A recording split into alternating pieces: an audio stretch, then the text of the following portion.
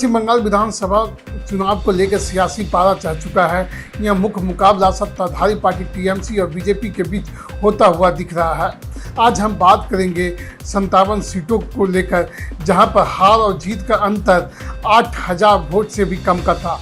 2021 के विधानसभा चुनाव के नतीजे के अनुसार 57 सीटें ऐसी थी जहां पर मुकाबला काफ़ी टफ हुआ था और यूँ कहें तो यहाँ पे हार और जीत का अंतर 8000 वोट से भी कम का था। उन 57 सीटों में से टीएमसी को 29 सीटों पर जीत मिली थी और वहीं बीजेपी को 28 सीटों पर जीत हुई थी।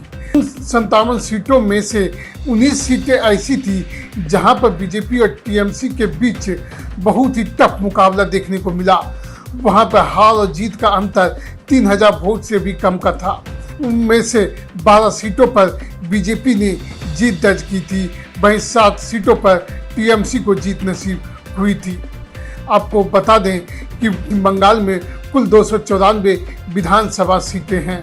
ऐसे में सरकार बनाने के लिए 147 सीटों की ज़रूरत होती है। वर्तमान में अगर देखा जाए 2021 के विधानसभा चुनाव के अनुसार देखा जाए तो टीएमसी को 213 सीटों पर जीत मिली थी, वहीं बीजेपी को 77 सीटों पर जीत थी। वहीं लेफ्ट और कांग्रेस का खाता नहीं खुला था। ऐसे में इस साल का विधानसभा चुनाव काफ़ी दिलचस्प होने वाला है। दोनों पार्टियां चुनावी रण में कूद चुकी है और पूरी जोर लगा रही है। अभी प्रधानमंत्री मोदी का भी चुनावी रैली होना है, अमित शाह का भी चुनावी रैली होना है, जिससे पश्चिम बंगाल का मोमेंटम बदल सकता है।